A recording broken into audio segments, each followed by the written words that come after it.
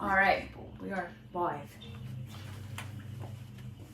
Yay! And we're back! What's up? Welcome to another episode. If you're watching this, you clearly either are in two situations of life. You want to do better with your business, or you're extremely bored and there's nothing else on for you to watch at your lunch break. Either way, we welcome you with open arms. Say hello to my Econ Dev team. I'm Andre. Tell your names once again. Mara. Jaleel? Michelle. Perfect. All right. Now, guys, I want you to tell me, first off, we're in this season where we're switching from summer to fall. What is something that you enjoy about the fall? One thing. Crunchy leaves. Crunchy leaves. I love crunchy Okay. leaves. I don't know. I love stepping on them, stomping on them. Destroying them. I love crunchy leaves.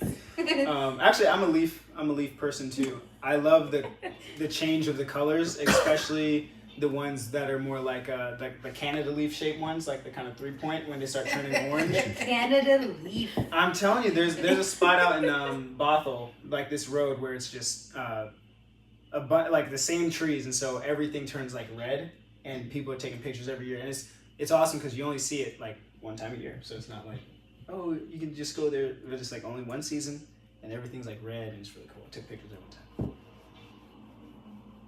Awesome. So for me, I like the heat. So I'm ready to turn my heat on and get nice and cozy. Oh yeah. Oh, you like when the temperature drops so you can turn on your heat. Yes. Do you have a weighted blanket or anything like that? No, but I have a really efficient home.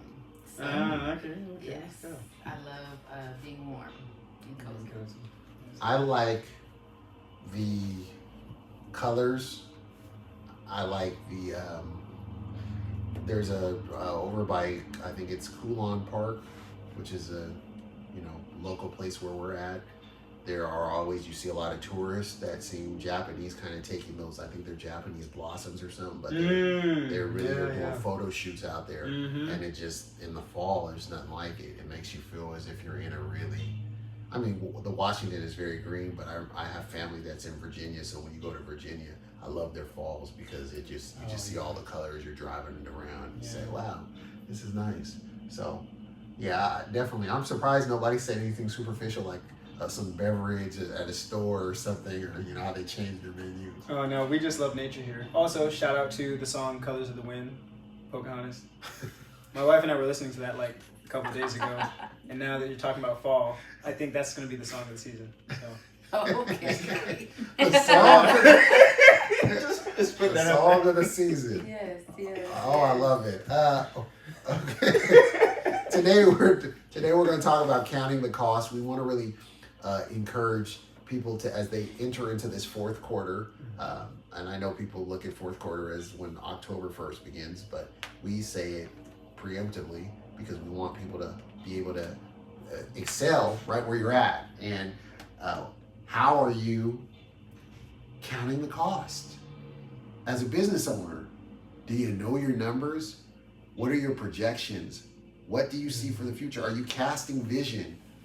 Are you living into that vision? Are you making preparation for the vision? We're going to talk about that. There's actually some good anchoring verses that we as a team, we like to break open scripture and just talk and just hear different people's take on what they see, because we do believe that there is tremendous value in that. And we know that people come from different walks of life.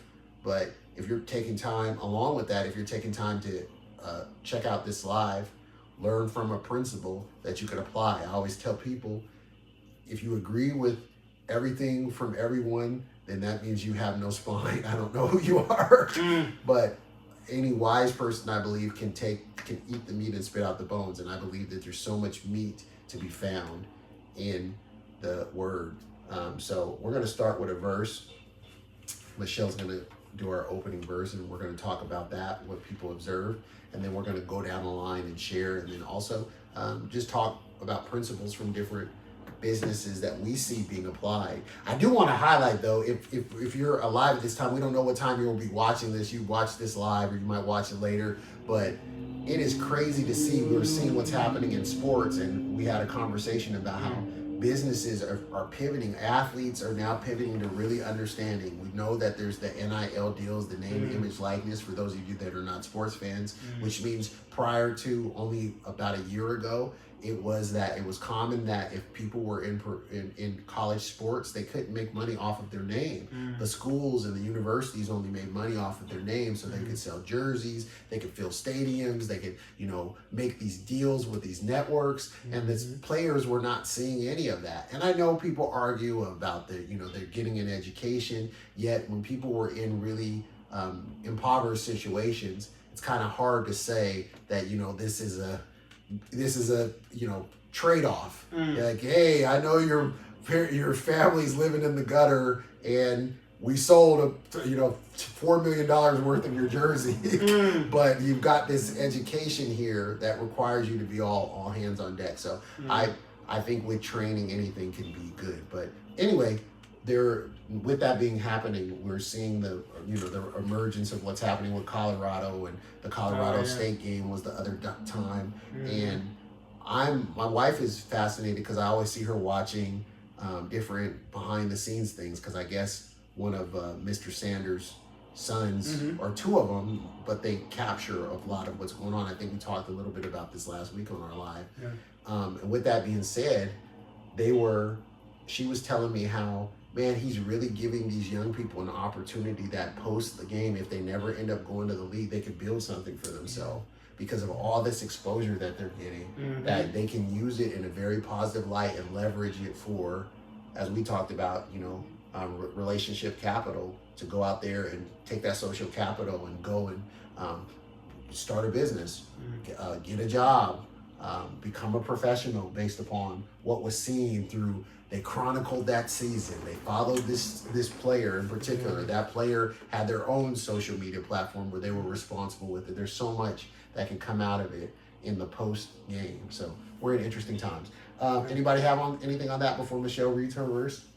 Yeah. It's actually, when we were talking about it, it's kind of cool to see that. Well, did you make the comment, or were you talking about that with Russell Wilson and the coach? I did. That was you? Okay, so Mara was talking about how Russell Wilson's coach out there in Denver was telling him to stop kissing babies and focus on the game, which if you watch the last one, I mean, they were super close, you know what I'm saying? I'm sure he was yelling, "Why not you?" to all of his teammates. But hey, they threw the Hail Mary, they got it, and then number 14 the ball was just a little bit ahead of him, so they were close. So I get the coach's point. However, Russell is he's trying to be the president of the NFL, and him, like so many other people, they're building their own brands. You know what I'm saying? They're getting their money. So if who was it? The running back, Marshawn Lynch. Yes. He's like, I'm gonna get mine I'm gonna get mine before I get got. Something like Sounds that. just like him. That's pretty much. In the words of a wise man. But for real, that's the mindset. So you see the Kelsey brothers on Kansas City and the Eagles. Their podcast has blown up. Draymond Green, he's got a podcast. It's blown up. You know what I'm saying? Now he's blowing up on the court too, on people, but his podcast is blown up as well. So they have Andre Iguodala has his own tech one, or business and sports. Come on. So it's I love to see these athletes and these professionals getting savvy to the game, because now, because of their brand, they're assets. And even look at I'm not sure if I'll butcher his first name, but Lionel Messi. Soccer person, right? Did I say that right or wrong? I'm pretty sure I missed it. How would you say it? I thought it was Lionel. Lionel? Yeah. All right, in the comments, y'all help us out with the pronunciation. Type it out. I say it looked like Lionel. Lin. Oh God. Okay. Messi. Y'all know who we talking about. He's the international soccer superstar. But why he's really a superstar is because he came to Miami. He's got this killer deal.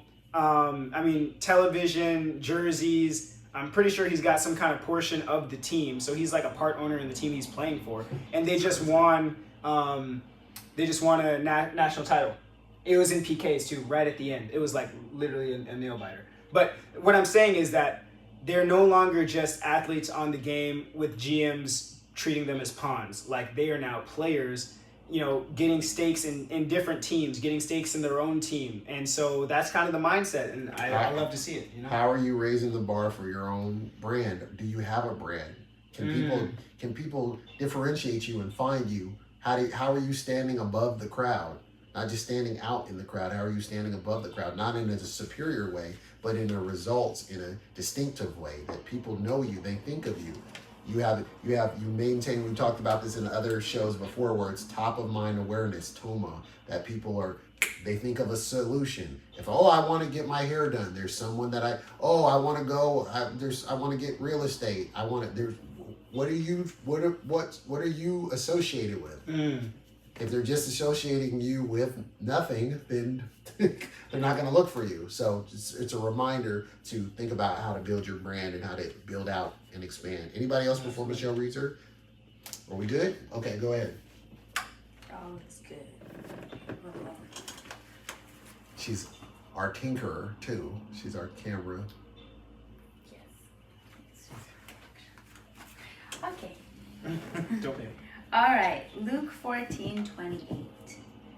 For which one of you, when he wants to build a tower, does not first sit down and calculate the cost to see if he has enough to complete it? Wow. So you read that one more time, because that's kind of like where we got our title from. Yes. For which one of you, when he wants to build a tower, does not first sit down and calculate the cost to see if he has enough to complete it? That's our calculators. You like that? No, you like that. Asking for honesty. Stand up. Which one of you is the one that is setting yourself up for failure? Be able to identify that. If that's a habit of yours, it's time to try something different. That's a fact. That's a fact.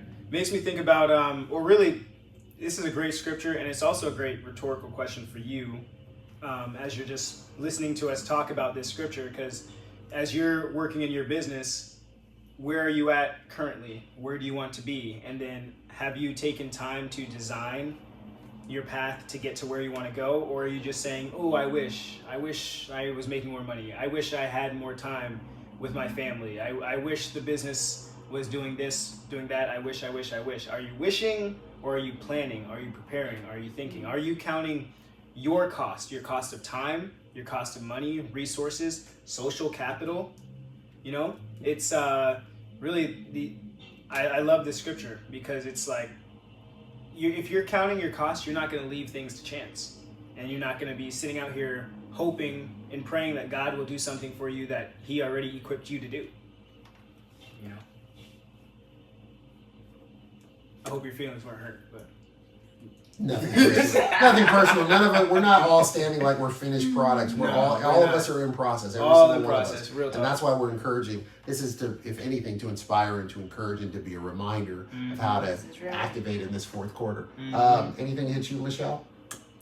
No, I just touched base on what Mara said in our meeting, where she said it's a red flag if you can't finish the task. Yeah. So. Yes.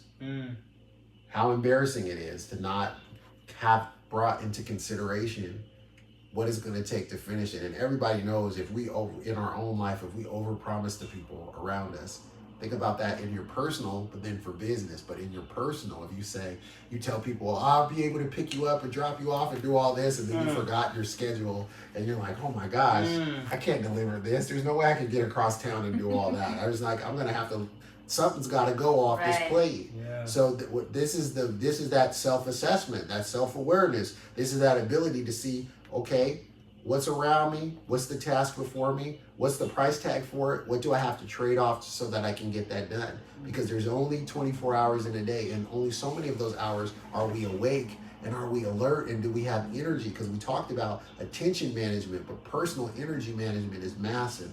What we do with our energy, and where our focus goes, our energy flows. So what things are draining us and what things are causing for us to be sparked up and invigorated with energy. So next verse. Let's go. We're making good progress. All right, next verse, Luke 16:11. Therefore, if you have not been faithful in the use of earthly wealth, who will entrust the true riches to you? Wow. One more time, Mr. Vester, for the people in the For the people in the back. bleachers. Therefore, if you have not been faithful in the use of earthly wealth, who will entrust the true riches to you? It's good. Stewardship. Management.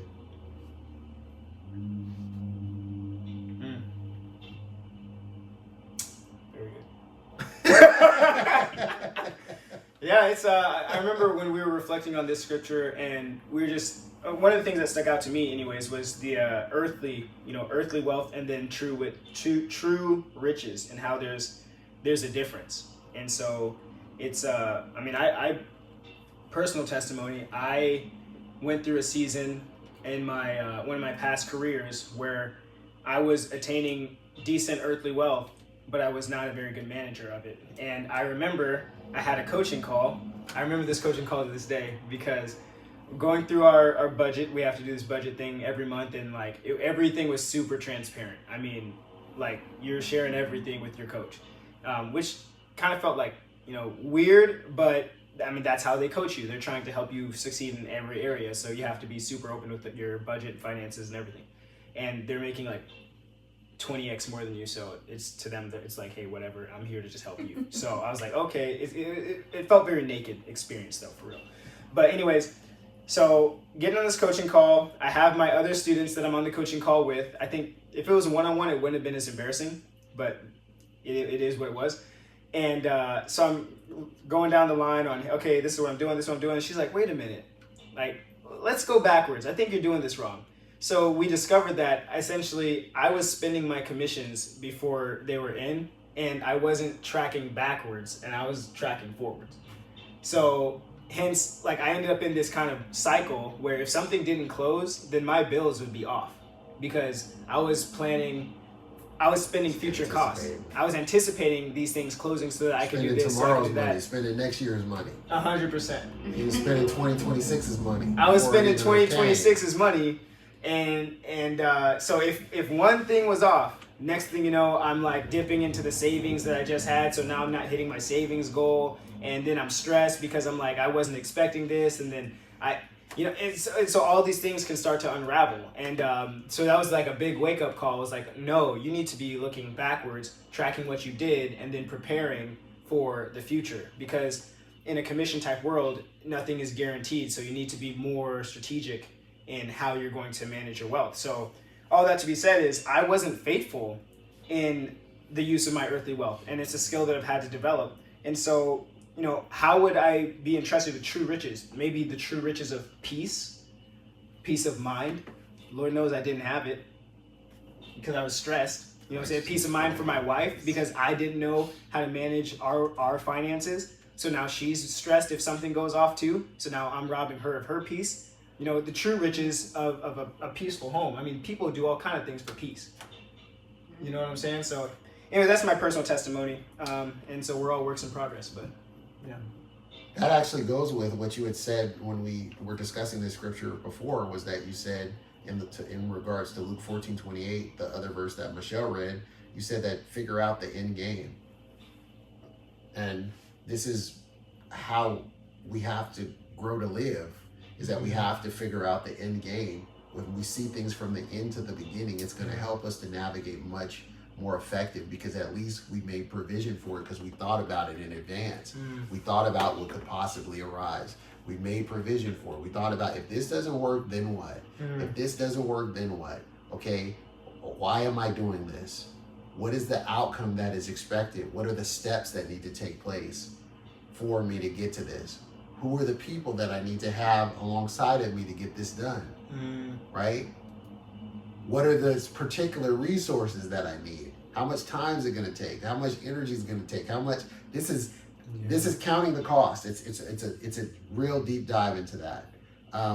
Miss Mara, Proverbs 21:20. All right. The wise store up choice food and olive oil, but fools gulp theirs down. Ooh, this was heavy. So it's all about choices in life, right? And yeah, pay attention. Don't be a fool. Store up and stay ready. You know, have those plans in place and know who you can turn to, know who your village is. When you need help, reach out. She said on the other day as well, I like this. You said easy come, easy go. And the pride of ownership, when you work hard for something, you don't treat it as frivolously. So you don't treat something, can you elaborate on that? You had talked about that the other day about how when you work hard for something, how you treat it versus when you don't work hard for it, when it comes easy to you. Absolutely. So, you know, my first business was not easily given to me. I can recall occupying the space, like, right, anybody can sign a lease, but it takes a lot to build out a new business location. So, did I really make myself aware of what the cost was to finish that project? No. But I had to work really, really hard to get it complete and get the doors open. So I valued that business. I had it for 8 years. And I learned the hard way by allowing people to come and work in there for next to nothing. And, you know, it ended up being very problematic. So you live and you learn. You know, another scenario is those that are blessed with their first vehicle. You know, if somebody just gives you a luxury vehicle for your first car, yeah, I can't really see you understanding what it took to acquire that. You know, however, someone that maybe learns a little bit more about how to take care of the vehicle themselves and wax it and wash it and out there just beaming with pride because this is what you worked for and this is proof that you're capable of doing great things. It's just the first thing that you acquired in life. So yeah, like I said, it's all about choices, knowing what you want, what's the end game, what it's going to take to get there, and knowing that you're equipped with the skill set to make it happen. We saw that in our dynamic when we went to high school. There were people who were given vehicles that were nice vehicles, but at an early age, and a good amount don't know how to take care of it. So it's, you know, people crash and they're still alive, thankfully.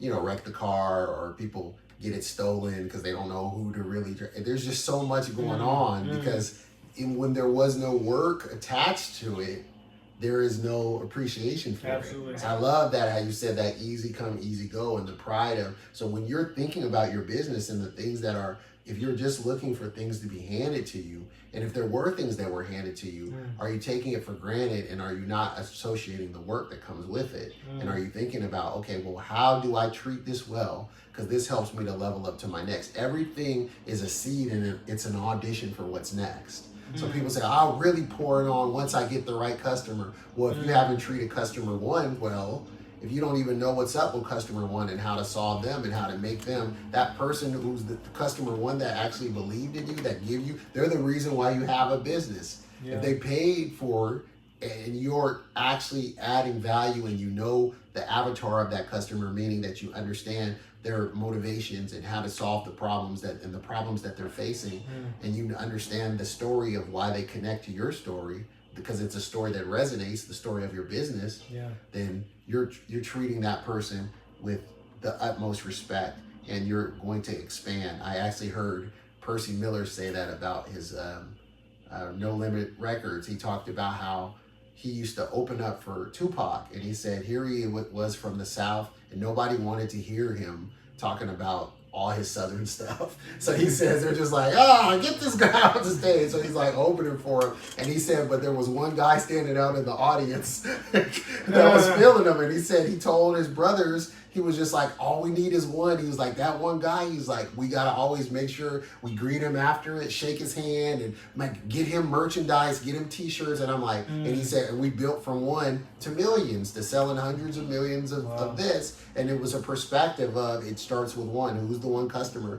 that you're faithful to and that you're building up? So I love the factor that you talked about. We also talked about how oil represents certain things. One of the things that oil represents is energy and fuel. And so if it's energy and fuel and you're just swallowing it up with one gulp, which means you're not valuing it and conserving it. And I think people can relate to the prices of energy right now being a little bit, we're experiencing a little ticks up. Yeah, a couple ticks up. Going to one of our colleagues came back from Texas, and he was saying, because his family's relocated there, shout out to Pastor, and he was saying how the gas was $3.28 on the high end. That'd be nice. And he said, and I was at a gas tank over here, and it was $5.90 and $6.00 this and $6.00, and he was just like, wow, so people are having a different appreciation for that which came easy at a time, and now putting a price tag to it. So I like that. And I'll go with this last verse as we're gonna wrap up. It's Proverbs. Can I just add one No, last thing shoot. to it? I think where we wrapped up when we talked about that specific scripture was that there's energy for everyone, but a foolish man swallows it. So what are you spending your energy on? So that's really what we ended up taking away from that as a team. Yeah, and shout out to Javon. He had said something about how oil. He mentioned that oil takes a process to create it All over of it, time. all types of oil. All oil types that's of in the oil. ground, the oil that comes from different plants or different, all of it costs. It's a process of extracting this resource, and it doesn't happen instantaneously. And so the fool is sitting there just swallowing it up, not allowing it to sit, not sitting in the wisdom or the counsel of people. And this reminds me, actually, we did an interview with Tiara Bonds, who does credit Shout out. counseling. Shout out to her.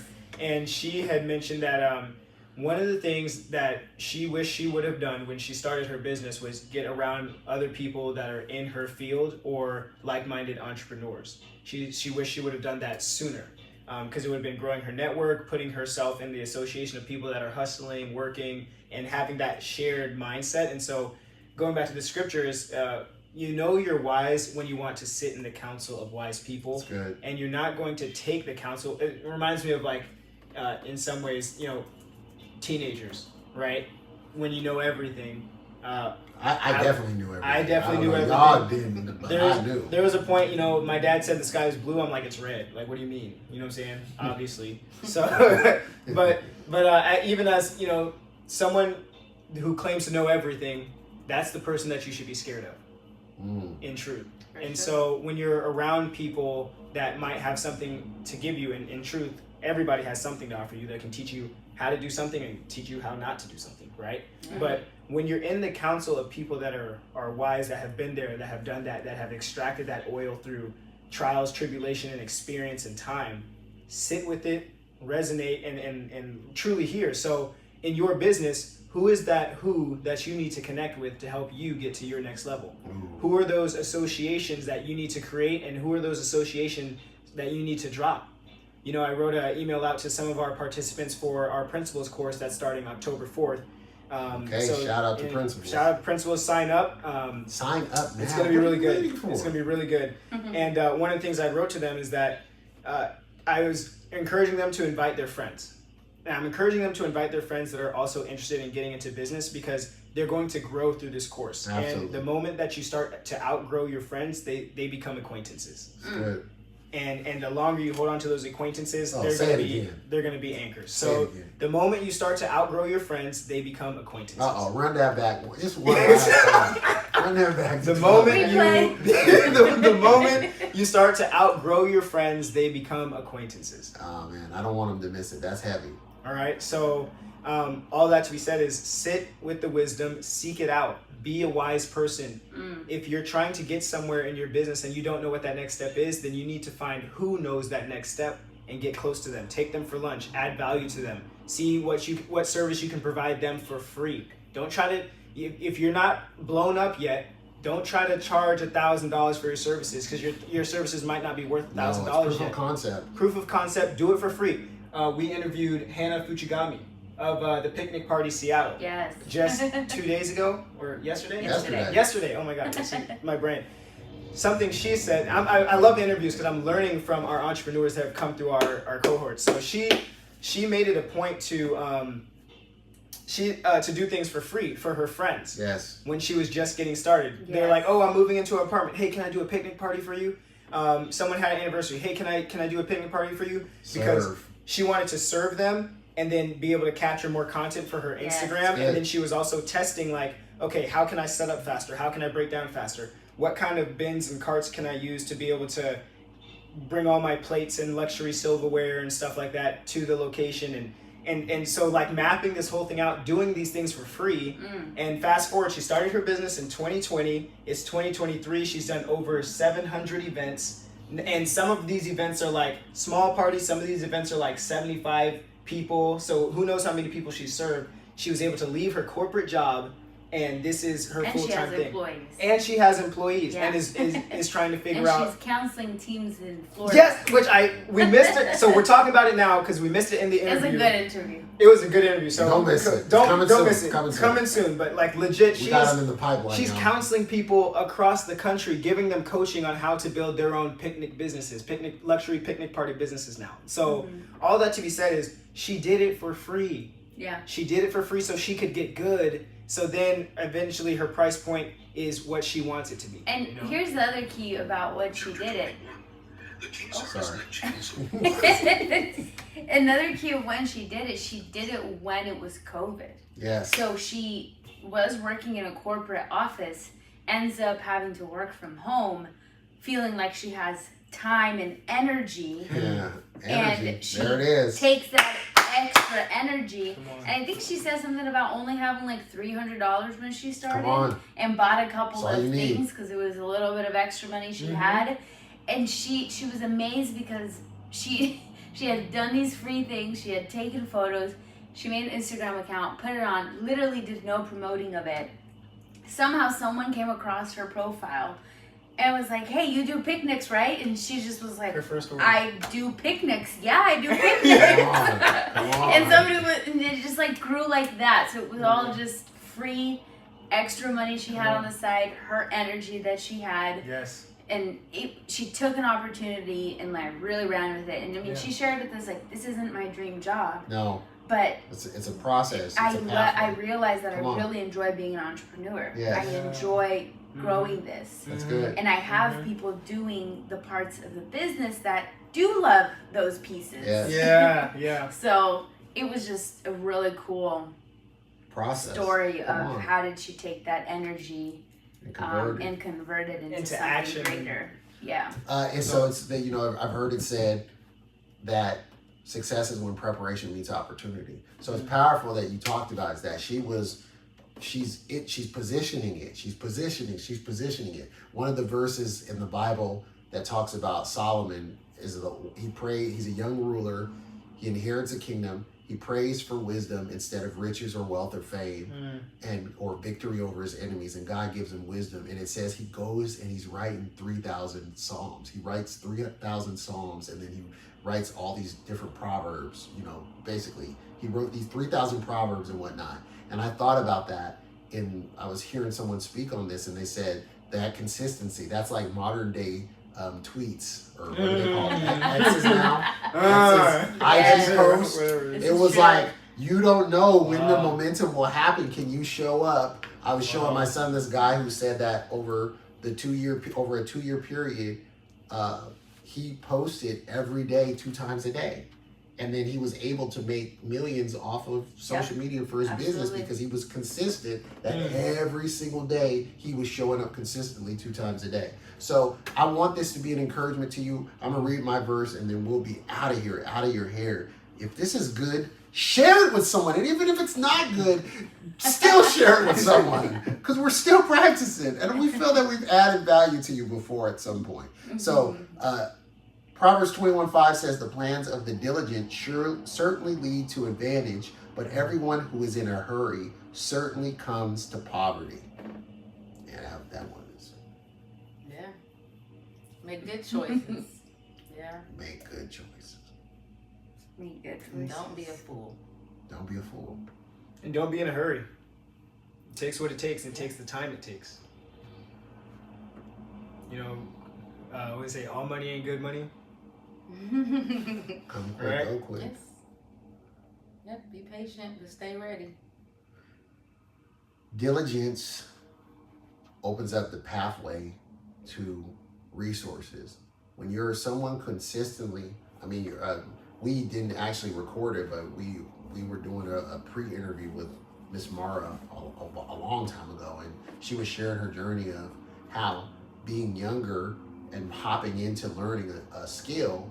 And when she was there, she was like, I had to work consistently. I had to get better. I had to get better. I had to look around. And that's easy in an era now where people get so distracted and people can pull you off your square to tell you to do a million other things. But she stayed diligent with it. And then because we were like, how did you get your first people that paid? And she was like, showing up. I'm being consistent. So when people see it, they know, and then it's word of mouth. And, you know, it was powerful because she was diligent with something, and therefore it opened up doorways for her. And so he's diligent with coaching, and she's diligent with content development, and diligent with just putting up with us and our craziness as a team. So we want to encourage you today that take the time, calculate the cost, be strategic, be deliberate, be intentional. This fourth quarter will be your best ever. It may look messy right now, but it's not a finished product. So be willing to endure the process of this growth as you're building your business out. We are happy to be here,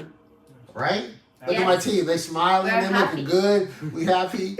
We excited. We wish We're a you. complete team this week. And we're We a are. complete team this week. Feels good. You know, it's like, you know, herding cats sometimes. But the cats are here. No, they all say we're crazy. So, man, God bless you. The rest of our team and the organization believes we are crazy. Shout out to Rest Up Urban Impact for putting up with the economic development team.